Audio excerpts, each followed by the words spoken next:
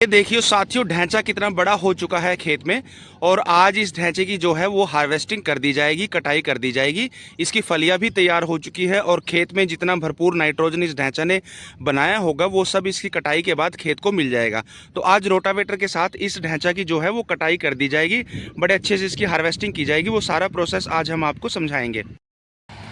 ये देखिए साथियों, तो इसकी जो हार्वेस्टिंग कर दी गई है रोटावेटर के साथ, और जितना भी ये ढैंचा खेत में था इसको हार्वेस्ट कर दिया गया है रोटावेटर के साथ। सारी कटाई कर दी गई है और ये ही बढ़िया तरीका होता है ढैंचा की कटाई का। दोस्तों, ढैंचा जब आपके खेत में पक्के, देखिए ये साथ वाले खेत में देखिए इतना बड़ा ढैंचा हो चुका है। ये जब पक्के आपका ढैंचा इतना बड़ा हो जाता है तो उसके बाद आप रोटावेटर की के साथ जो है ढैंचा की कटाई कर देते हैं। तो साथ वाले खेत में भी अभी कुछ समय बाद ही ढैंचा की कटाई स्टार्ट हो जाएगी। तो इस तरह से कटाई करने का क्या फ़ायदा रहता है दोस्तों, ये देखना। ये ढैंचा को खेत में इस तरह से काट के छोड़ दिया गया है। उसकी जो जड़ें हैं, उसके जो तने हैं, ये सब धीरे धीरे करके खेत में मिल जाएंगे। अब इनके अंदर पानी दे दिया जाएगा दोस्तों।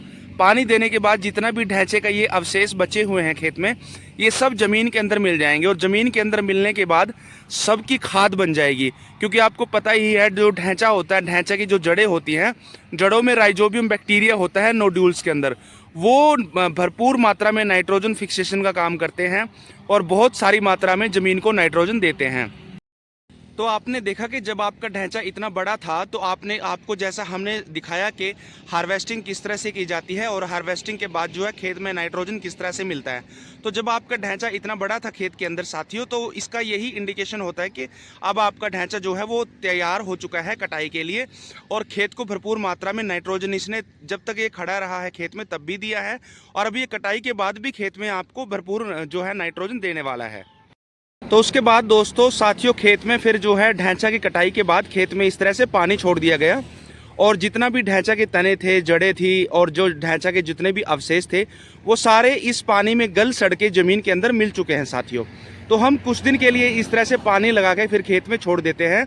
और जो जितना भी ढैंचा होता है, ढैंचे के जितने भी अवशेष होते हैं, चाहे वो उसकी पत्तियाँ हों, तने हों, चाहे उसकी जड़ हो, जो भी हो, फलियाँ हों, वो सब कुछ ज़मीन में मिल जाते हैं। और प्रॉपर मात्रा में जितना का जितना नाइट्रोजन होता है, वो सारा का सारा नाइट्रोजन ज़मीन को प्राप्त हो जाता है। और उसके बाद साथियों, खेत हमारा इस तरह से जब सूख जाता है तो इस तरह से खेत हमारा बिल्कुल तैयार हो जाता है। पानी सारा सूख जाता है और इसकी पाड़े वगैरह सब काटने के बाद आप देखो खेत में कहीं भी आपको ढैंचा या कोई अवशेष दिखाई नहीं दे रहा होगा। खेत हमारा बिल्कुल तैयार हो चुका है। और उसके बाद साथियों, ये खेत में जो है पानी देके खेत में धान की रोपाई कर दी जाती है और धान खेत में लगा दी जाती है। तो देखा अपने साथियों कि कैसे हमने ये प्रोसेस शुरू किया था कि जब हमारा ढैंचा पककर पूरी तरह तैयार हो जाता है तो उसकी हम कटाई कर देते हैं। रोटावेटर के साथ उसकी कटाई हो जाती है और खेत में ही ढैंचा के जितने भी अवशेष होते हैं उनको खेत में ही छोड़ दिया जाता है, खेत में मिला दिया जाता है। उसके बाद उनमें पानी देके उनको डिकम्पोज किया जाता है। पानी देने के बाद जितना भी जो ढैंचे के अवशेष होते हैं वो सब ज़मीन में नाइट्रोजन को मिला देते हैं। नाइट्रोजन जो पूरी की पूरी ज़मीन में पहुंच जाती है। और उसके बाद खेत में साथियों, खेत को तैयार करके नेक्स्ट फसल के लिए हम चले जाते हैं। तो देखो साथियों, ढैंचा जो है बीच में मीडियोकर का काम करता है, खेत में भरपूर नाइट्रोजन करता है।